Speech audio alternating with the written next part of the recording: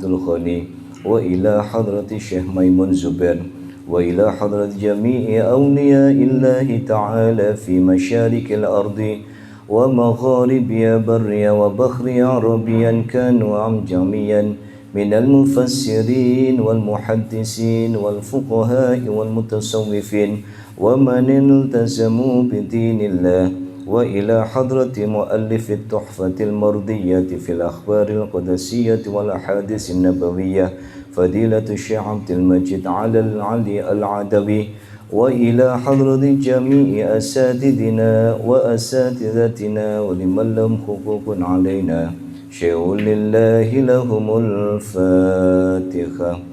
A'udzu billahi minasy syaithanir rajim. Bismillahirrahmanirrahim.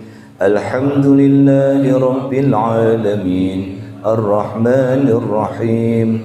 Maliki yaumiddin. Iyyaka na'budu wa iyyaka nasta'in. Ihdinas siratal mustaqim. Siratal ladzina an'amta 'alaihim ghairil maghdubi 'alaihim waladdallin.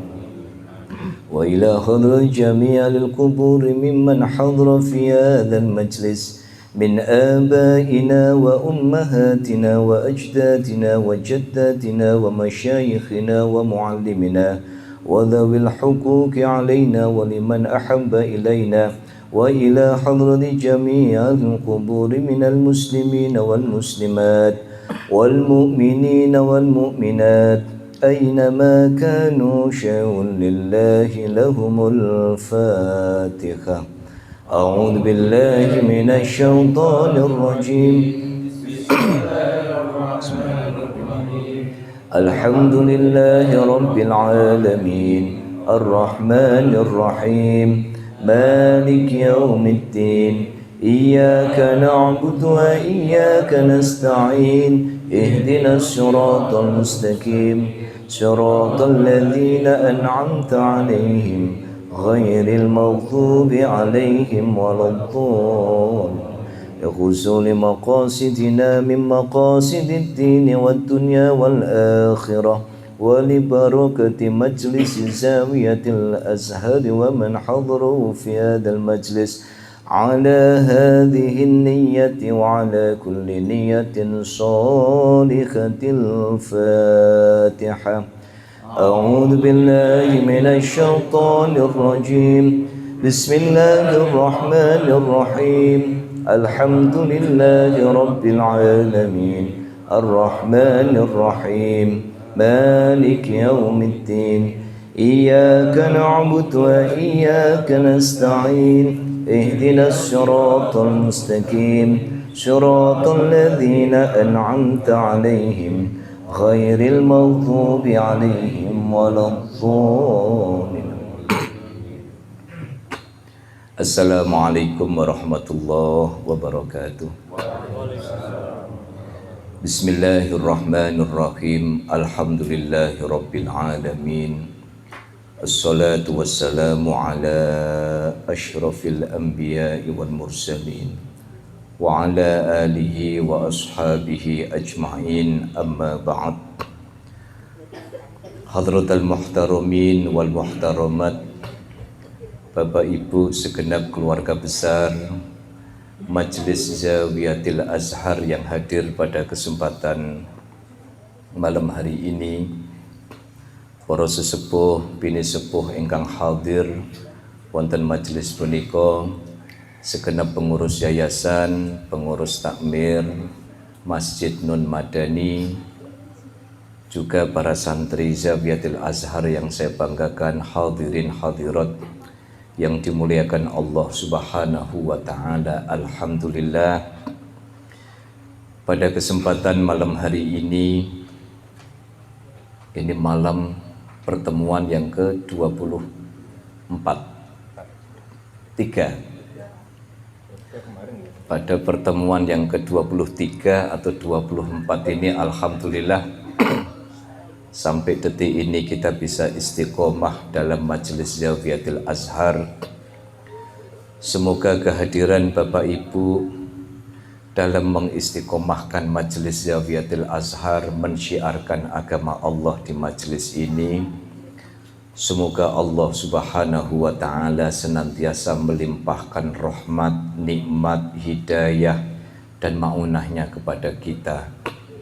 Sah kita boleh bertawassul dengan istiqomah kita di majelis Zawiyatul Azhar, sebagaimana tawassulnya Ashabul Kahfi ketika menyebut amal kebaikannya di hadapan Allah, berharap doanya dikabulkan.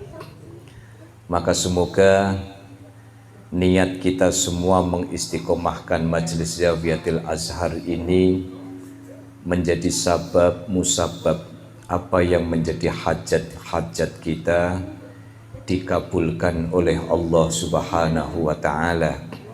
Semoga murah sandang, murah pangan, murah papan, dimudahkan semua urusannya, dijauhkan dari bala, fitnah, musibah, dan semoga kita senantiasa kelak di hadapan Allah bisa saling memberikan persaksian bahwa kita hamba Allah yang memiliki kepedulian untuk mensyiarkan ajaran-ajaran Allah. Amin, Allahumma amin. Dan tak kalah penting juga, semoga niat kita dengan majelis Zawiyatul Azhar ini menjadi sabab Kanjeng Nabi noleh kita, menjadi sabab kita mendapatkan syafaatul uzma, menjadi sabab bahwa di hadapan Rasul minimal kita bisa bercerita, minimal kita bisa bertutur kepada beliau Kanjeng Nabi.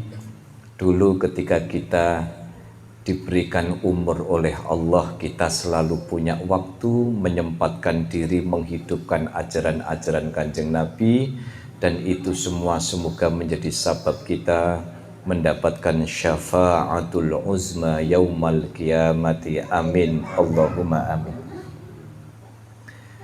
Bapak Ibu yang dirahmati Allah Subhanahu wa Ta'ala, pada pertemuan ke-23 atau 24 ini saya melanjutkan nasihat Allah kepada Nabi Musa yang kemarin memang belum tuntas.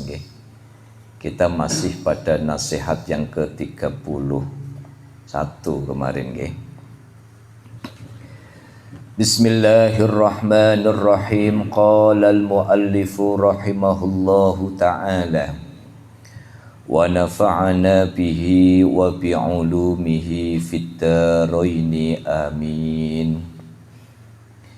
Bismillahirrahmanirrahim. Ya bna Adama,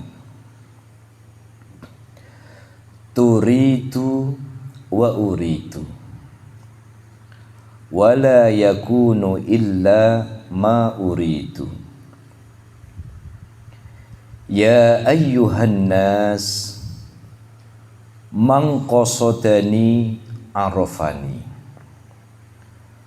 wa man arafani aradani, wa man aradani tolabani, wa man tolabani wajadani, wa man wajadani dzakarani wa lam yansini, wa man dzakarani wa lam yansini ayyansani dzakartuhu wa lam ansa. Qala Allahu azza wa jalla, Allah subhanahu wa ta'ala berfirman. Jadi kita masih membahas nasihat-nasihat yang disampaikan Allah kepada Nabiullah Musa alaihi salam. Wabil khusus ini saya sampaikan engkang nembih bergabung matur nuwun saya sampaikan.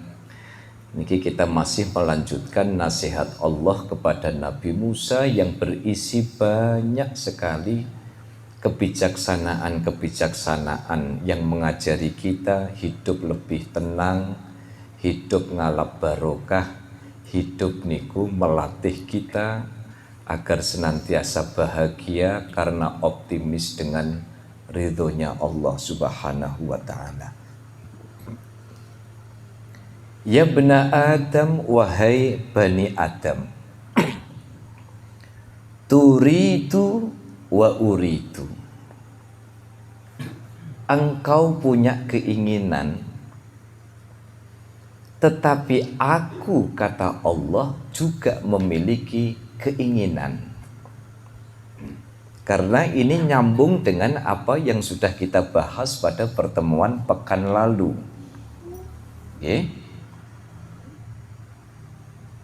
Jadi ini berhubungan dengan nasihat sebelumnya bahwa ketika Allah sudah ngatur semua hidup kita, rizki kita diatur, kesehatan kita diatur, jatah umur kita sudah dibatasi, porsi rizki kita sudah terukur dan terbagi. Maka Allah mengingatkan kepada kita, ya bana Adam, turidu wa uridu. Engkau boleh kok punya keinginan, memiliki cita-cita, ingin mendesain hidup seperti apa, boleh. Karena kita memang punya wilayah ikhtiar. Kita pengen punya uang, bekerja. Kita pengen sehat, niru Pak Made, the running man. Ya. Tapi kayaknya sekarang sudah jarang lihat lari Pak Made ini. Begitu memasuki kepala 4, energinya sudah mulai terforsir. Kita pengen sehat, olahraga. Pengen badan bugar, makan yang bergizi. Kita pengen bahagia, mencukupi hidup kita dengan materi. Itu turidu, engkau boleh memiliki keinginan itu semua. Tetapi jangan lupa, wa ana uridu, ai wa uridu, tetapi aku juga punya keinginan. Ketika engkau menginginkan mendapatkan A, ternyata keinginanku kata Allah B. Apa pilihannya? Ikuti Allah. Ketika kita menginginkan badan itu sehat terus, tapi nyatanya dengkulnya teklik-teklik, ya sudah, wa uridu, Allah menginginkan dengkulnya teklik. Terus mulai ngelus-ngelus dengkul lagi. Bu Eni konangan nih, Bu Eni konangan. Padahal pas ngampung-ngampung, tapi kalau ketok, Bu. Pengen hidupnya sehat, tapi ternyata Allah ngasih jatah itu. Kita pengen kerja sepanjang hari, sepanjang malam, tetapi ternyata begitu begadang sekali langsung badannya payah. Kenapa? Karena anta turid wa ana urid. Engkau boleh memiliki keinginan, tetapi keinginanku tetaplah menjadi keputusan akhir. Maka ketika kita punya desain hidup seperti apa, punya cita-cita setinggi langit, kita pengen punya obsesi luar biasa, kita punya ekspektasi pengen ini dan itu, tidak apa-apa. Dan Allah memaklumi itu karena anta turid, tetapi kita tidak boleh wa ana urid, tetapi keinginanku tetaplah itu menjadi keputusan terbaik. Ini artinya bahwa ikhtiar itu wonten batase. Ada batasnya bahwa ketika kita seoptimal mungkin pengen berikhtiar, sudah pol-polan tenaga kita keluarkan, tapi lagi-lagi ketika apa yang kita inginkan tak kunjung tercapai, karena faktanya bukan cuman kita yang punya keinginan, tetapi Allah memiliki keinginan untuk mengatur kita. Makanya pada nasihat sebelumnya, 3 apa 4 pekan yang lalu, kita diingatkan, wa anta abdi. Sekuat apapun kita tetaplah makhluk. Sehebat apapun kita tetaplah hamba. Sekuat apapun kita mengatur kehidupan, tetaplah di hadapan Allah kita menjadi objek yang diatur oleh Allah Subhanahu wa taala.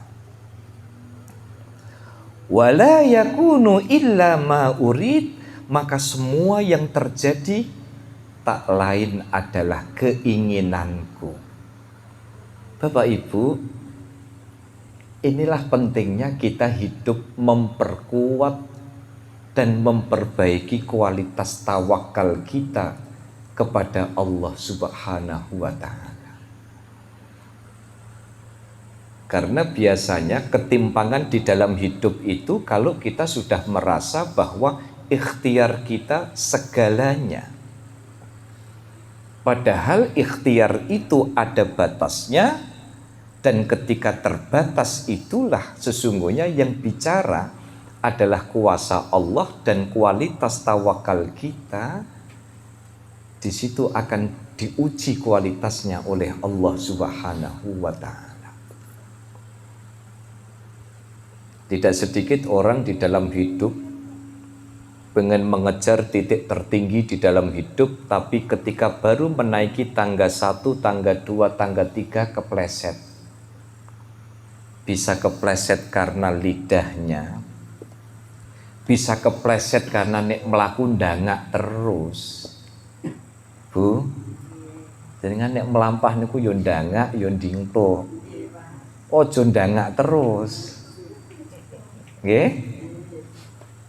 Sama ketika kita di dalam hidup ndangak terus.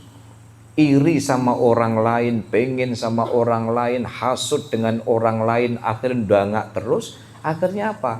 Akhirnya kita jatuh, kita kesandung, sama sebenarnya potret di dalam kehidupan nggih ngaten.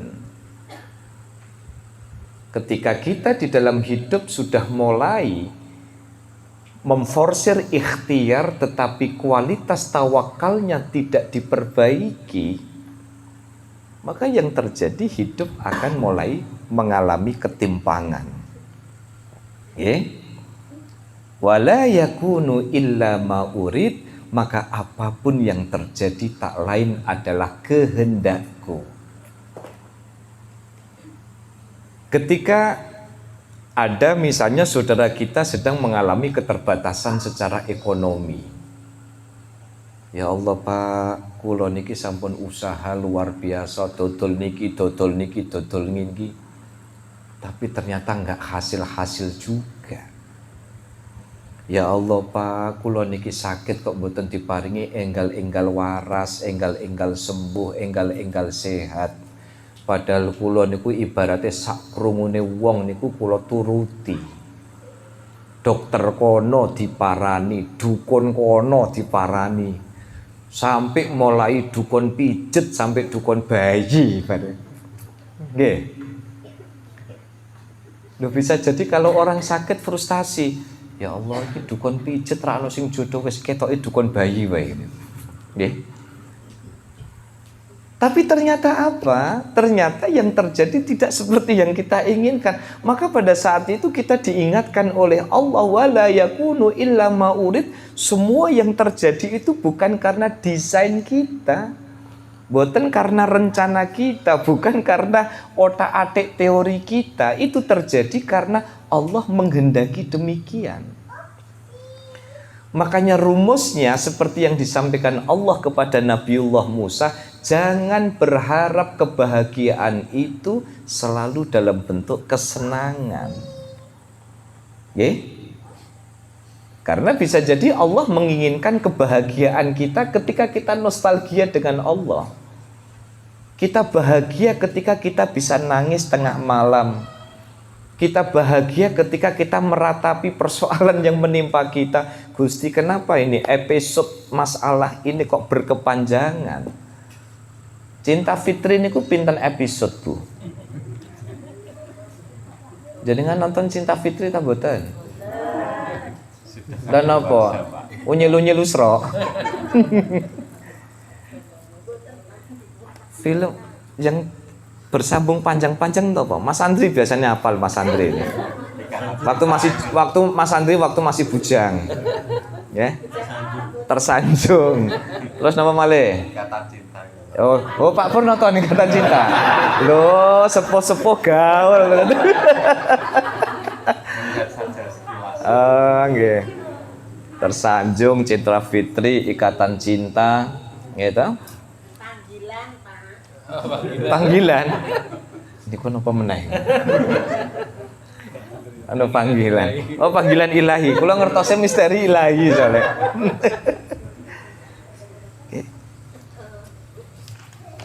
Jadi begitu ketika kita selalu membuat episode-episode berkepanjangan tapi kita lupa bahwa endingnya, akhirnya itu kita harus berserah diri kepada Allah. Gusti, malam ini saya sudah usaha, ya Allah saya sudah ikhtiar semaksimal mungkin.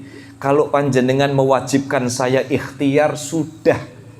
Selebihnya kulo pasrah kali panjenengan Gusti. Saya pasrah di titik nol.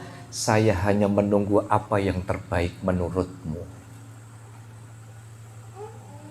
Kalimat terakhir ini yang oleh para ulama kemudian dijadikan sebagai terapi hebat. Di saat kita bisa merasa di titik nol, Gusti, tugasku ikhtiar, tugasku berusaha, tugasku merencanakan. Tapi ternyata semua ikhtiarku, usahaku, rencanaku ternyata zong nol. Pun dalu niki malam ini saya berada di titik nol, menunggu apa sebenarnya yang terbaik menurut panjenengan. Ini menjadi terapi hebat di dalam hidup. Awal-awal kajian Zawiyah dulu mungkin saya pernah ceritakan bagaimana ada orang menderita penyakit jantung, sudah bypass nggih.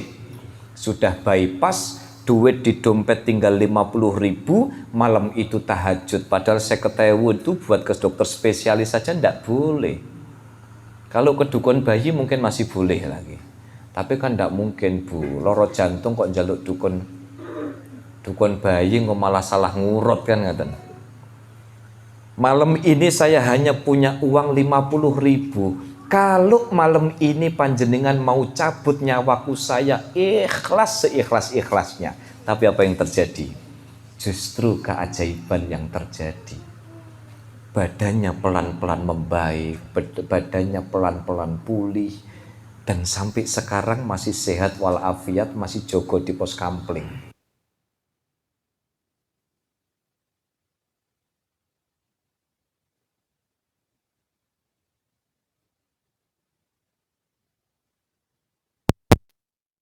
Persoalan kita, sehebat apapun persoalan kita, kalau kemudian kita pasrah, Gusti saya sudah tidak kuat mondong, saya sudah tidak kuat mikul lagi, saya pengen jenengan segera menunjukkan saya harus bagaimana. Ini harus tetap aku pikul atau aku letakkan. Gitu kan? Maka nasihat Allah kepada Nabiullah Musa, ya, apapun yang terjadi itulah keinginan. Yang tadi minimal Bapak Ibu, ketika di dalam hidup kita menghadapi persoalan yang berat, kita tidak lupa, oh iya aku duwe Gusti Allah, saya masih punya Gusti Allah, kok tak pikul-pikul dhewe. Wong curhat kali tonggo ini belum tentu jadi solusi. Kalau wong duwe tonggo adalah embere kok rodo bocor. Ini tak ceritani, ojo cerita-cerita. Malah diceritakan Mas Adi jadi Pak Aziz, orang oleh diceritakan. Mas Adi cerita nih gue Pak Madi jadi Pak Aziz, orang oleh diceritakan. Akhirnya saya ngerti kabeh. Terakhir malah sobek-sobek malah terakhir sing dicurhati malah update status. Saya mau cerita sis bro, tapi kata Pak Aziz tidak perlu diceritain, kan repot malah. Ya kan? Curhat niku kali Gusti Allah. Nah, maka wala yakunu illa ma urid, makanya kita belajar untuk sabar, kita belajar untuk rela legowo dengan keputusan yang diberikan Allah kepada kita. Ya ayyuhan nas, wahai manusia, man qasodani arafan, siapa yang menjadikan aku, kata Allah, sebagai tujuan, arafani, maka dia akan mengenalku. Ya kalau Gusti Allah itu tidak jadi tujuan, gimana mau kenal? Wong tujuane kerja niku yang penting asal bapak senang, asal bose seneng, asal manajernya seneng, asal mandore seneng. Akhirnya apa? Ya apapun segala cara dia akan tempuh. Tapi kalau Allah itu menjadi tujuan, gimana caranya? Ya Allah, saya cari rezeki. Saya pengen rezekiku halal, saya pengen rezekiku barokah, bisa mencukupi istri dan anak-anakku, bisa memberikan nafkah kepada istriku, bisa sedekah kalau ada kegiatan, rakyatan sidik-sidik saya bisa berbagi kepada orang lain. Akhirnya dia akan terkawal oleh niatnya. Gusti Allah menjadi tujuan, maka mencari rezeki jangan sampai menyalahi tujuan kita, yaitu mencari ridho Allah. Kajian maghrib mau nggih Pak Rokit. Kajian maghrib niku mau sampun dijelaskan oleh Allah, bahwa kalau orang itu mencari rezeki tetapi disetir sama setan. Apa disetir sama setan itu? Pengen sugih duwe tuyul, duwe pesugihan, pengen sugih menghalalkan segala cara, pengen sugih menghasut kanan dan kiri, pengen sugih mencari caranya laris, pengen sugih sing penting begini dan begitu. Itu kan setan. Dan setan itu apa? Yang itu kumul fakro, hanya akan menghantarkan kita kepada kefakiran. Tidak ada di dalam cerita orang sugih dengan pesugihan lalu kemudian dia bertahan sugihnya. Sekedar Bu Suci kok nengok kula wonten napa? Napa badhe buka snack? Mboten napa-napa Bu. Sekedap Bu Eni, niku teng ngajenge Bu Suci pun wonten dereng. Sampun. Terus sekepan napa pun kosong? Nanti Danang, nanti kalau punyanya Bu Suci habis di stok lagi. Bu Suci niku ngumpet nang endi mawon ketok. Kula badhe maringi CCTV mangke. Maka gadah rezeki niku kula mangke badhe masang CCTV. Pokoknya sing seneke entek paling kathah paringi Uber. Padahal Bu Suci terus gelombang kan apa Pak? Wong aku nggawa-nggawa dhewe ya. Sampeyan protes. Dan ada cerita orang di dalam hidup kemudian disetir setan, lalu kemudian hidupnya kok cukup dan bahagia, mboten wonten. Kenapa? Setan kata Quran itu hanya menjanjikan kefakiran. Pasti orang akan menjadi fakir. Hari ini masih kaya, hanya persoalan waktu Allah akan memiskinkan dengan cara Allah. Maka siapa yang menjadikan Allah itu sebagai tujuanku, arafani, maka dia akan mengenalku. Wa man arafani arodani, siapa yang mengenalku, arodani, maka dia akan selalu ingin bernostalgia denganku. Sing kados kula contohaken sebelumnya, sensor kita nek waktu sholat ono sing seneng, tapi tidak sedikit ono sing susah. Begitu komat berkumandang orang cepat-cepat dan sholat. Ya memang kudu ono bidone karo cah cilik-cilik mau ya Mas. Kula niku lho Allah Akbar iki mami Isya iki tole-tole dolan sholat ini. Mboten napa-napa. Akhire kula teko sholat-sholat dhewe. Sing penting do kerasan riyen nang masjid. Jadi dia ono cah cilik niku ojo diuling-uling. Kowe nek sapa? Yo repot. Pak, kula mau dianu Pak, takoni karo Mas Santi. Kowe nek sapa? Lho nak ngomongnya anakku, malah parane dhewe. Kula niku nek delok cah cilik rame nang masjid niku kula nganggep bahwa mereka bahagia di rumahnya Allah, ngoten mawon. Mangke ra teko mandeg-mandeg dhewe. Gitu. Nek dikon padha karo Pak Madi ya ora padha. Pak Madi begitu Allahu Akbar ya rapat. Ane karo kan isih dolanan sepedanya tuli kan. Sing penting seneng sih, makanya nanti kita pikirkan kalau wis temoto puasane wifi ya kan, arep mobil legendan arep pelakon apa gamenya anak sekarang Pak Roblox itu game apa Pak? Game Roblox Pak. Pak Pur main game sudah? Dia game Pak saya Pak. Pak Pur mau alat kok main apa? Lato-lato. Malah kami Bandung Aku mau penasaran. Iki Mbak baru sing saged dolanan lato-lato. Hati-hati Mbak niku soalnya nek usia niku konsentrasi sudah berkurang. Malah kedul. Tapi ngertos lato-lato Bu.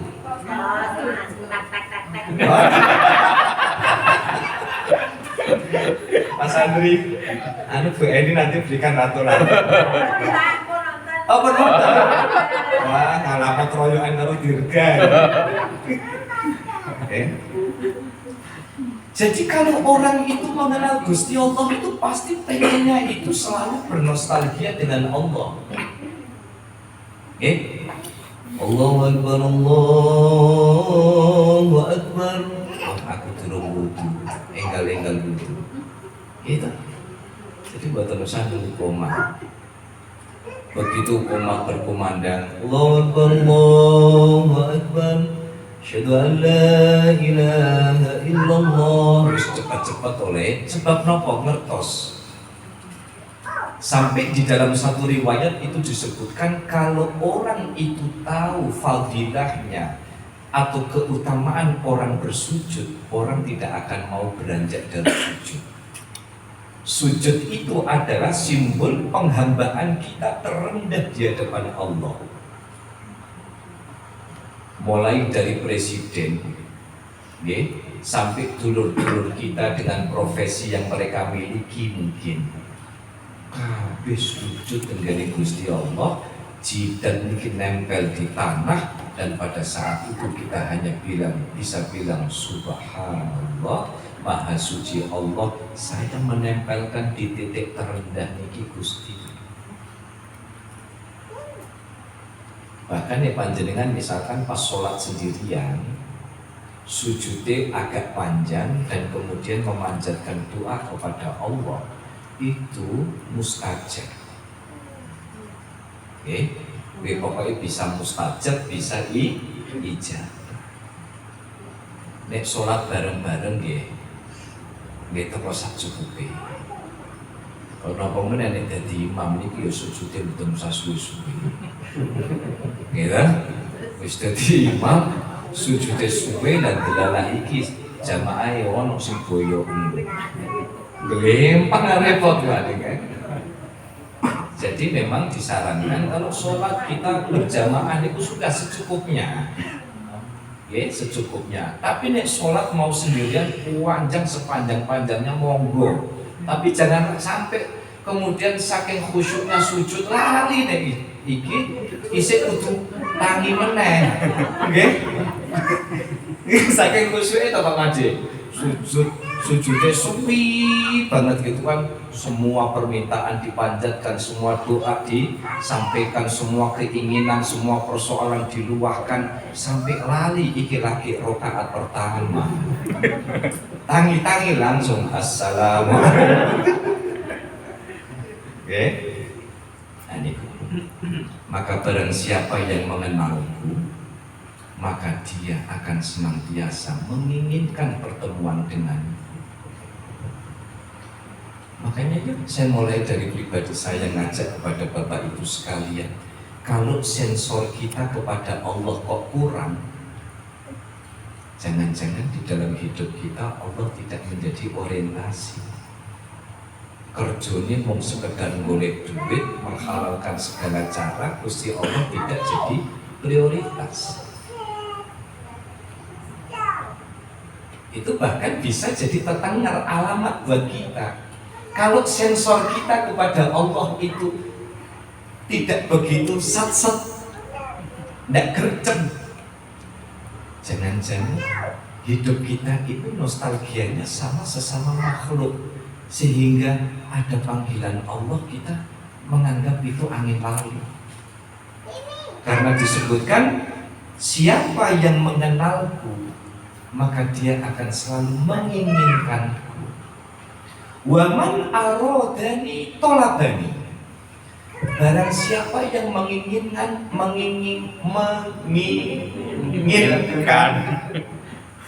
gara-gara ratu-ratu. Barang siapa yang menginginkan jadi kurang kopi. Kalau dia menginginkan pertemuan denganku, tolabani, dia akan mencari dimanapun itu ada Allah. Nah kalau orang tidak menginginkan pertemuan kan tidak akan nyari. Maka Gusti Allah memberikan nasihat kepada Nabiullah Musa, siapa yang menginginkan pertemuan denganku, siapa yang ingin nostalgia denganku, tolabani, dia akan mencari. Senajan mungkin pas azan subuh wis suarane ora patek napa, ora patek fasih, serak, adanya pedot-pedot, gitu. Tapi kalau di situ ada sengkring, dengan cuma itu orang yang adanya rapate api. Bahkan saya membaca satu riwayat itu, orang yang adzan itu memiliki keutamaan lebih daripada imam sholat. Terus yang bagian adzan, najib. Apa meneh adzan pakai acara kesetrum lambene. Gitu? Itu ganjarannya lebih gede nih. Iya, ada riwayat yang mengatakan ternyata orang adzan itu keutamaannya lebih hebat daripada imam masjid. Kenapa? Karena dia yang manggil. Maka orang yang menginginkan Allah tolaban, pasti dia akan selalu mencari dimanapun Allah itu berada. Wa man tolabani, dan siapa yang mencariku, wajadani, pasti akan menemukanku. Dah kulo betul nanti kepanggil orang golek itu. Kalau kita menginginkan Allah, pasti kita akan mencari. Kalau kita mencari Allah, wa man tolabani wajadani, maka dia akan. Kisah ini cukup banyak Bapak Ibu. Tidak sedikit saya bertemu dengan orang dengan segala permasalahannya. Dia bisa menemukan indahnya pertemuan dengan Allah, indahnya ketemu sama Gusti Allah. Maksudnya itu kembali kepada jalan yang benar. Justru ketika dia berada di jalan yang buntu, usahanya gagal terus, rumah tangganya berantakan, anaknya tidak ada yang pintar, punya duit banyak tidak pernah cukup. Akhirnya apa? Oh, jangan-jangan memang selama ini aku mencari rezeki ini bukan karena Allah, tapi yang penting aku duit. Berarti kan bukan Allah menjadi orientasi. Makanya tidak pernah nyari Allah. Tapi begitu dia kepentok, hartanya habis, rumah tangganya berantakan, mulai dia mencari Allah.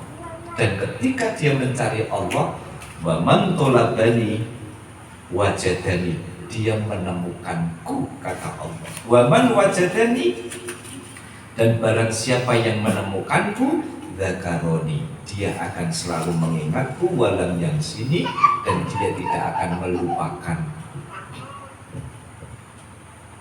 Maka kalau di dalam hidup pun kita nggak usah koreksi orang lain. Saya mengoreksi diri saya, dan panjenengan mengoreksi diri masing-masing. Okay. Kalau selama hidup ini Allah seringkali terabaikan, okay, bisa jadi itu menjadi alarm bagi kita karena Allah bukan menjadi orientasi hidup kita. Sehingga acap kali kita lupa, ya.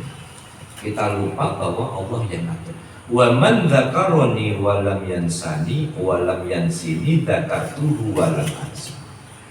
Siapapun yang mengingatku pasti tidak akan melupakanku, dan aku akan senantiasa mengingat dia, dan aku tidak akan pernah melupakan dia.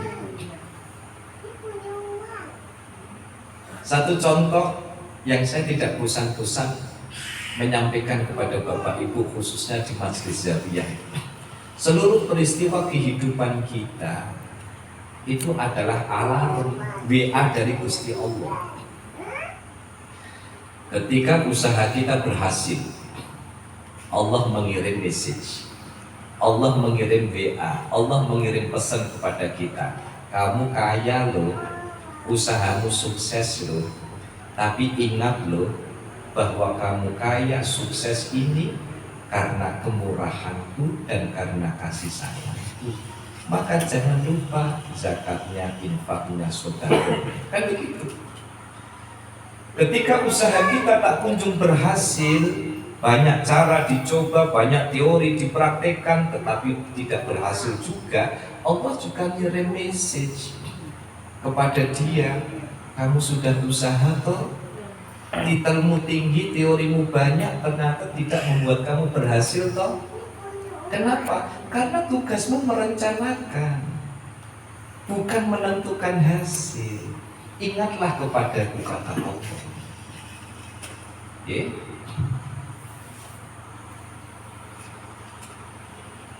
Maka peristiwa-peristiwa di dalam hidup itu, kualitas hubungan kita dengan Allah bisa dilihat dari cara kita secepat apa, serefleks apa kita langsung mengembalikan itu kepada Allah. Sampai padahal kita datang ke rumah, lihat anak kita rewel, anak itu memberikan sinyal kepada kita. Ya, saya contohin Pak Pur yang punya baby, luar biasa kok Pak Pur ini masih punya baby. Papa, Pak Pur capek sekali ngurus terkesing kelop nih. Begitu sampai rumah, bayangno Pak Pur itu sampai rumah tinggal leyeh-leyeh, tinggal selonjoran, ganti celana kulot, karo nonton TV nyekel remote, putrane berangkat, pengen diajak, nangis sisan. Itu memberikan sinyal kepada kita, Pak Pur, jangan lupa jenengan memang pengen punya anak keturunan. Dia butuh perhatiannya Pak Pur. Anak amanah dari Allah, dia butuh perhatian bapaknya. Ya. Kan harus alhamdulillah ya Pak Pur ya. Untung berangkangnya dengan aku. Dan ini berangkangnya gue nih tomboku. Dan kan repot malah. Iya kan? Saya ingat kata kiai saya, ketika kita datang rumah kita berantakan, Allah memberikan sinyal kepada kita, gak usah marah. Wong itu sinyal dari Allah mengingatkan kita, bapak, ibu, dulu kamu semangat pengen punya anak, sekarang kamu punya anak terlantar, diserahno kepada pembantu. Ini kita rotok kesindir juga. Kan mending lo yang dirawat lo piyambak.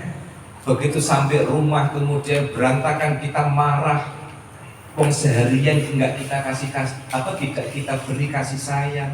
Makan juga enggak kita suapin, ini juga ini. Tapi giliran kemudian anak kita berantakin apa, kita marah. Kenapa enggak kita balikkan ya Allah? Jangan-jangan ini hanya sindiran dari Gusti Allah bahwa kita itu belum bisa menunaikan tugas dan kewajiban itu secara baik. Makanya kalau ini eling ngoten itu rada grempes. Nggih, iso brebes milih nek eling ngoten. Lunga isu. Nggih ta? Kemudian pulang malam, ya. Ketemu anak sudah tidur. Ya, apa meneh nek kula lagi nang jowo sudah di WA pulang jam berapa, acara belum mulai sudah ditanya pulang jam berapa. Lu ngoten iku, ngoten itu bukan saya gak gergel Bu. Ya Allah Gusti ini kira-kira Gusti Allah ini muring-muring napa mboten. Makanya sebagai pengganti mboten muring-muringe, pokoknya mulai-mulai gawakno jajan Indomaret. Nah, regel Bu. Ya, kadang tahu bahwa ini ngertos nih kalau wonten rutinan dan ini pasti pulangnya malam gitu sampai dibelani apa? Dibelani tidak mau tidur kalau saya belum pulang. Ternyata matanya tidak kuat juga. Semoten iku nek dieling-eling pun kantun ngata-ngatakan istighfar. Kula mboten mencontohkan jenengan dan jenengan mboten. Saya sendiri. Maka itu melatih alarm kita kepada Allah Subhanahu wa Ta'ala. Ya, lo lajengaken ya. Ya bani Adam wahai bani Adam, innaka la yukhlas amaluka hatta tadhuqa arba'atan. Amalmu itu tidak akan diterima, tidak akan mencapai kesempurnaan. Saya maknai begitu aja lebih pas. Amalmu itu tidak akan mencapai kesempurnaan sebelum engkau mencicipi 4 perkara. Mautu ahmarin wa mautu abiyadin. Bisa dibaca juga mauta ahmarin wa mauta abiyadin wa mauta asfarin wa mauta aswadin. Kalau saya terjemahkan apa adanya, ada mautun sohirun, ada mautun kabirun, ada mati besar, ada mati kecil. Jadi mati niku wonten merni kalih. Mati gede kali mati cilik. Mati gede niku ketika malaikat Israil mencabut nyawa kita. Tapi kalau mautun sohirun, tapi kalau mati yang kecil, ya peristiwa-peristiwa kita di dalam hidup itu. Makanya ada wonten ngomong, ya Allah, orangnya kerduit kok rasanya koyok meh mati. Ini ku buatan salah. Ya kan? Meskipun ada yang bilang uang tidak segalanya, uang tidak dibawa mati, tapi kalau tidak ada uang juga pengen, kan kata tuh bunga tadi itu. Wah. Tapi kalau biasanya Bu ini amit mau dari nyakal-nyakal Bu. Satu sama.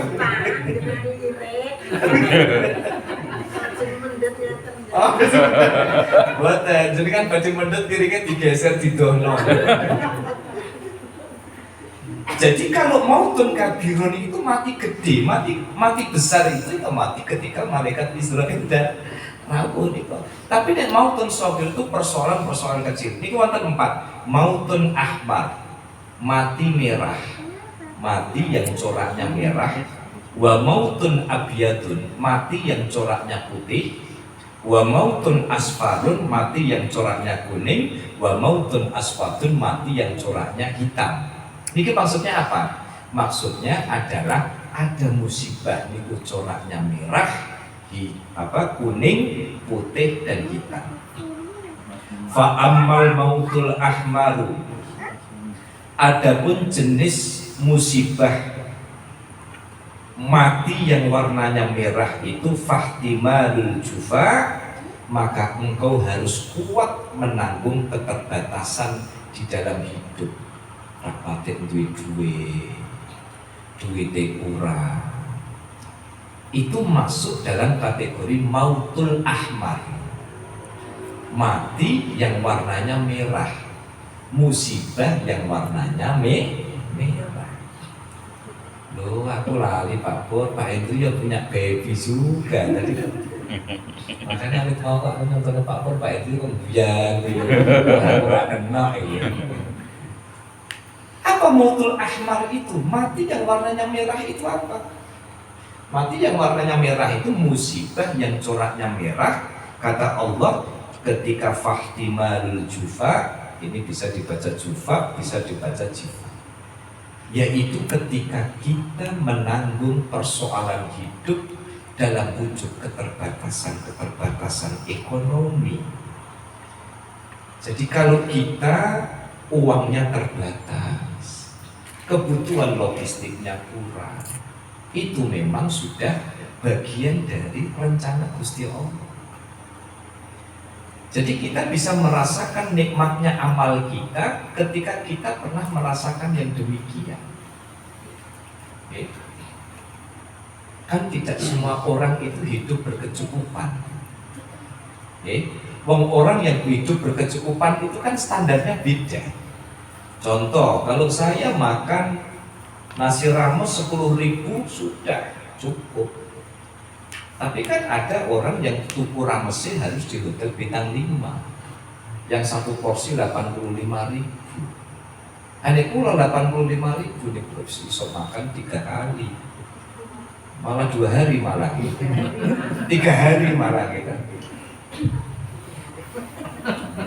Kenapa gitu Nas?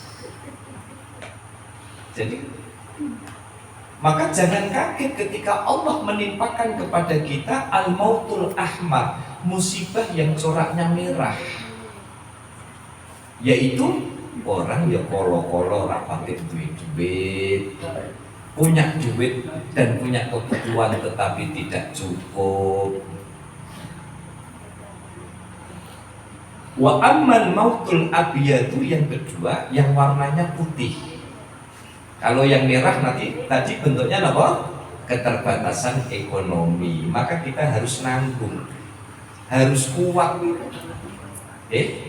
Kalau kita misalkan kebutuhan ekonominya tidak tercukupi, ya sekarang sudah tinggal sekadar kemampuan yang bisa kita lakukan, ya kita lakukan. Yang kedua yang warna putih. Apa yang warna putih itu? Yang warna putih itu biasanya hubungannya godaan kita dengan sesama manusia. Fatulas sumti, maka harus kuat nahan diam. Termasuk juga usaha kita untuk apa? Usaha kita untuk bisa menjaga agar tutur lisan kita itu tidak menyakiti orang lain. Jadi kalau yang warna merah itu hubungannya masalah logistik, kalau yang warna putih itu hubungan kita dengan orang lain. Wonten kathah contoh bagaimana dalam hidup bermasyarakat melakukan perkara baik tapi dipaidu orang. Gimana? Melakukan yang baik tapi dipaidu orang, diprotes orang. Wong nek protes kan piye ya. Protes terus ngoten iki. Nggih to? Kowe nempot-nempotan ngeten. Bar-baran ngomong, aku ngene ku yo iso. Nggih ta? Panitia acara peringatan hari besar sudah berusaha begini. Ono lagi toko maido iki panitia sakjane siap ta ora iki. Ya wonten to Bu. Waduh.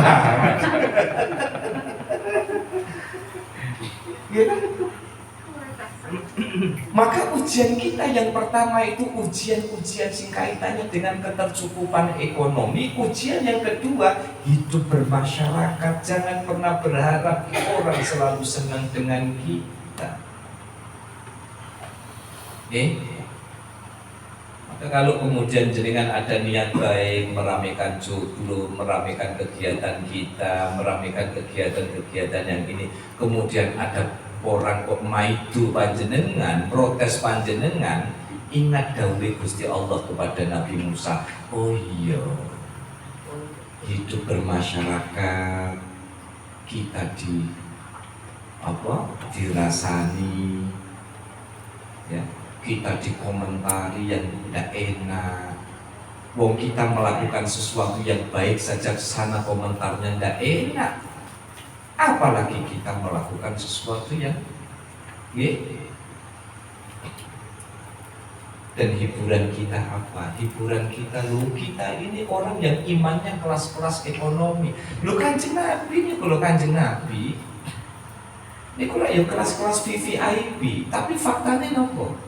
Dipasangi kotoran onta, dipasangi kotoran onta, dipasangi duri.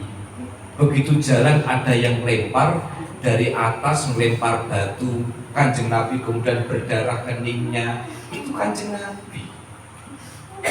Kalau kita, ini paling mau sekedar diomongi, mentok-mentoke, mau ke joglo subuh, ono asu pirang-pirang. Paling mau kenapa? Tapi asunya ketanya si model joglo itu didem niku le anu niku. Melipir. Maka yang kedua, musibah kita ada kalanya dalam bentuk apa? Dalam bentuk ada omongan yang tidak enak, ada sikap orang yang tidak berkenan kepada kita. Apa yang kita butuhkan? Tenanglah, karena Allah punya cara untuk membela kita. Waktu itu saya sering cerita sama teman-teman baik yayasan maupun partai. Ya, memang ini resiko perjuangan. Resiko perjuangan itu tidak cuma diomongin, nyawa pun harus kita bayar. Perjuangan kita ibaratnya apa? Ibaratnya pun Gusti, saya ingin berjuang di jalannya panjenengan. Kalau ternyata ada orang yang begitu, kalau sampai nanti pesen-pesen kali garwane kula, itu resiko perjuangan. Orang senang dan tidak senang itu bukan urusanku. Tugasku adalah ngajak-ngajak persoalan kemudian. Jadi kita ini tidak bisa ngasih hidayah orang itu tidak bisa. Yang bisa kita lakukan, yang bisa kita mampu adalah mengajak mereka Gusti Allah yang akan memberikan hidayah. Maka cobaan yang kedua, fatul sunti, maka banyaklah bersikap tenang. Wa ammal mautul asfari, yang ketiga adalah yang warnanya kuning. Fatulal iktibari, maka banyak-banyaklah mengambil pelajaran. Apa ini? Musibah-musibah di dalam kehidupan. Ya Allah, saya bekerja, duitnya banyak tidak cukup, ambillah pelajaran. Mungkin ada yang salah dengan cara kita mencari uang. Ya Allah, saya ini sudah berusaha jadi orang baik tapi banyak fitnah. Maka ambillah pelajaran bahwa hidup kita memang demikian. Ya Allah, kenapa ini musibah satu belum selesai, lanjut musibah kedua, lanjut musibah ketiga. Ambillah pelajaran. Mungkin Allah sedang ingin membersihkan rezeki kita, ingin membersihkan hati kita. Atau mungkin di situ ada pelajaran, Allah sedang mengingatkan kepada kita. Selehno urusan duniamu, letakkan urusan duniamu, tempelkan jidatmu ketika sujud di hadapan Allah. Bisa jadi duniamu melupakan dirimu terhadap penciptamu, sehingga Allah mencari cara, musibah demi musibah itu ternyata hanya cara lain dari Allah untuk mengingatkan kita kepada jalannya. Maka kita disuruh memperbanyak iktibar, suruh memperbanyak mengambil pelajaran. Dan yang terakhir, fa ammal mautul aswad, tipe yang keempat yang warna hitam, fa mukhalafatul hawa. Isinya pengen senang-senangan kok, menuruti hawa nafsu, ya. Delok wong wedok ayu pengen kenalan terus diajak check in, itu senang-senangan. Delok bojone nggawa daster tapi koncone nang kantor nggawa necis-necis. Yo. Bojoku kok omah dasteran tok. Iki wong liya kok pakaiane necis. Ya toh, rapi. Eyeshadowan. Ki mboten Bu. Maskaranan. Akhirnya apa? Allah memasukkan itu dalam kategori yang warna hitam. Ketika kesenanganmu membuatmu jauh dari Allah, ingatlah bahwa itu adalah hawa nafsu. Innal ladzina yudilluna an sabilillahi lahum adzabun syadidun bima nasu yaumal hisab. Makanya Allah memberikan pesan kepada kita, maka orang-orang yang tersesat di jalan Allah, mereka kelak akan mendapatkan azab, mereka akan mendapatkan siksa. Karena apa? Bima nasu yaumal hisab, karena mereka lupa bahwa semua itu akan dipertanggungjawabkan di hadapan Allah Subhanahu wa ta'ala. Oleh karena itu, Bapak Ibu yang dirahmati Allah Subhanahu wa ta'ala, nasihat Allah kepada Nabi Musa ini banyak memberikan pesan moral kepada kita. Sudahkah kita menjadikan Allah itu sebagai orientasi di dalam hidup kita? Apakah pekerjaan yang sudah menjadi rutinitas kita, yang kita hadirkan hanya orientasi duniawi, ataukah nilai-nilai ibadah itu sungguh-sungguh juga kita hadirkan? Ketika kita bahagia dengan keluarga kita, apakah keluarga kita itu hanya sekedar menjadi penikmat sesaat hiruk pikuk kehidupan duniawi kita, ataukah keluarga kita telah sungguh-sungguh kita arahkan agar bersama-sama kelak bisa berkumpul di surganya Allah Subhanahu wa ta'ala? Ketika kita memiliki jabatan, apakah jabatan itu hanya sekedar menjadi simbol tercapainya cita-cita kita, ataukah lebih dari itu jabatan itu kita pakai sebagai sarana ibadah kita kepada Allah Subhanahu wa ta'ala? Kuncinya adalah ketika Allah itu menjadi tujuan kita, maka kita akan senantiasa menginginkan pertemuan dengan Allah. Ketika kita menginginkan pertemuan dengan Allah, maka kita akan selalu ingin menemukan dimanapun Allah itu berada. Dan satu pesan penting, siapa yang mencari Allah di dalam hidup, pasti dia akan menemukan Allah. Apa yang bisa kita rasakan? Kebahagiaan hidup, ketenangan hidup, terselesaikannya masalah. Kalau masalah belum selesai, paling tidak kita masih diberikan kekuatan jasmani, kekuatan rohani, kekuatan iman untuk menghadapi bahwa yang terjadi ini tak lain adalah kehendak dari Allah Subhanahu wa ta'ala. Pas 11:10 kita memang mulainya agak molor ya Bu, karena memang tadi kita isyaan saja itu 7:30. Makanya mulainya kita tidak lagi jam 8, tapi kita mulai jam 8:15.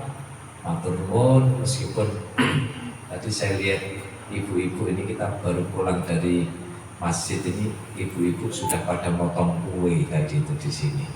Ya, sampai tadi ada, jadi kan ya Pak, tadi rawuh, materi kang rawuh mriki, balik malih wau.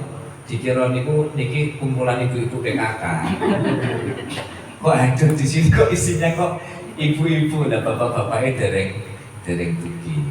Semoga nasihat-nasihat yang diberikan Allah Subhanahu wa ta'ala kepada Nabi Musa ini bisa kita jadikan sebagai pelajaran untuk memperbaiki diri kita. Yuk kita mulai dari diri kita masing-masing. Oke?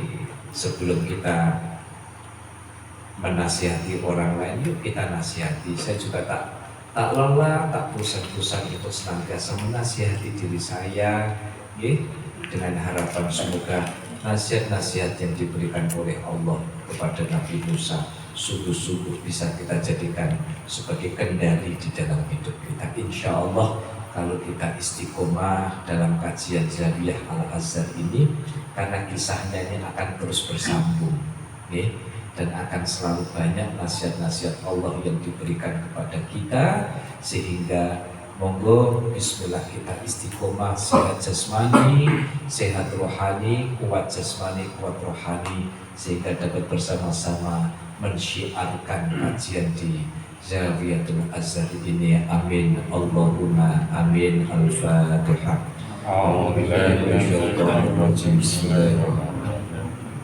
Alhamdulillahi Rabbil Alamin Ar-Rahmanir Rahim Maliki Yawmiddin Iyyaka na'budu wa iyyaka nasta'in Ihdinas siratal mustaqim Shiratal ladzina an'amta 'alaihim ghairil maghdubi 'alaihim waladdallin Bismillahirrahmanirrahim Alhamdulillahi Rabbil Alamin Assalatu wassalamu alaika ya Sayyidina ya Rasulullah Assalatu wassalamu alaika ya Sayyidina ya Habiballah Assalatu wassalamu alaika ya Sayyidina ya Khalilullah Aghithna biqada'i hawaijina من حوائج الدين والدنيا والآخرة سلمنا يا الله من آفات الدنيا وعذاب الآخرة وفتنتهما إنك على كل شيء قدير اللهم جملنا بالعافية والسلامة وحققنا بالتقوى والاستقامة وأعذنا من موجبات الندامة في الحال والمآل إنك سميع الدعاء اللهم اغفر لنا ولوالدينا وارحمهما كما ربيانا صغارا ربنا آتنا في الدنيا حسنة وفي الآخرة حسنة وقنا عذاب النار والحمد لله رب العالمين.